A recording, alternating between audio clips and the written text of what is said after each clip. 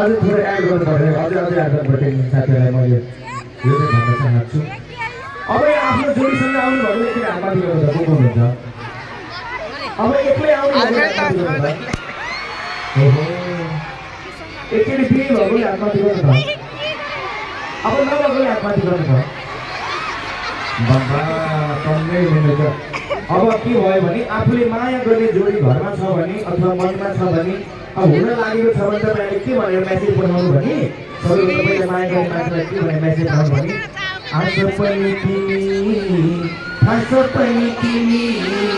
मुटुको ढुकी अनि सास पनि तिमी दुःख साटौँला सबैले दुःख साटौँला तेरी सुख साटौँला अब जिन्दगी सँगै काटौँला अब जिन्दगी अनि अब छोरी मान्छे फेरि अलिक सुशील स्वभावको हुनुपर्छ अलि चाहिँ घर व्यवहार चलाउन सक्ने हुनुपर्छ अलिक ज्ञानी हुनुपर्छ भन्ने छ नि त अनि छोरी मान्छेले चाहिँ छोरालाई के भने मेसेज पठाउनु पर्यो भने मन झुकाउने छैन शिर झुकाउने छैन पिर बेथा हाँसो खुसी केही झुकाउने छैन दुःख साटौँला दुःख साटौँला